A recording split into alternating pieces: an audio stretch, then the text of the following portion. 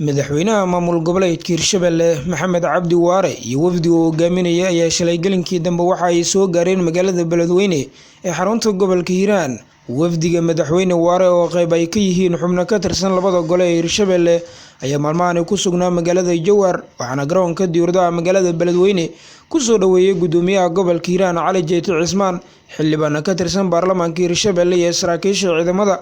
madaxweyne Waare iyo xubnaha labada gole ee la socday ayaa kadib socdaalkooda waxa ay tageen goobaha guddiga gurmadka iyo maamulka degmada ay ka wadaan xiritaanka si looga hortago fatahaad uu sameeyo webiga Shabeelle. magaalada Beledweyne ee xarunta gobolka Hiiraan ayaa waxaa ka jira xaalad cabsi ah oo ku aadan fatahaad xooggan uu sameeyo webiga Shabeelle, waxaana dadka qaarkood ay bilaabeen inay barakacaan. intaasi kadib madaxweynaha maamul goboleedka Hirshabelle Maxamed Cabdi Waare ayaa sheegay in ay soo gaareen lacagihii dowladda Soomaaliya u ballan qaaday gurmadka magaalada Beledweyne sanad ka hor. waxa uu sheegay in lacagtani looga qayb qaadan doono sidii biyaha looga xiri lahaa gudaha magaalada Beledweyne.